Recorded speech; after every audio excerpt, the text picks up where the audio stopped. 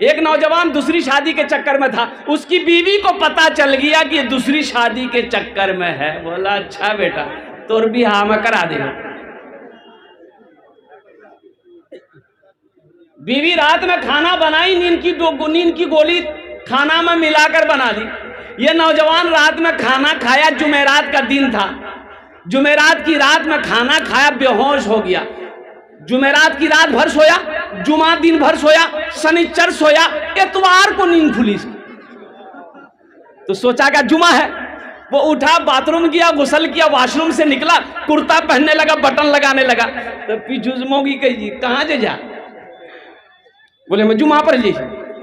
बीवी कल के जुमा नहीं छे, इतवार ते 3 दिन सुती खिलाल थे आ सुने जिनके ते दूसरो बियाह करे जा।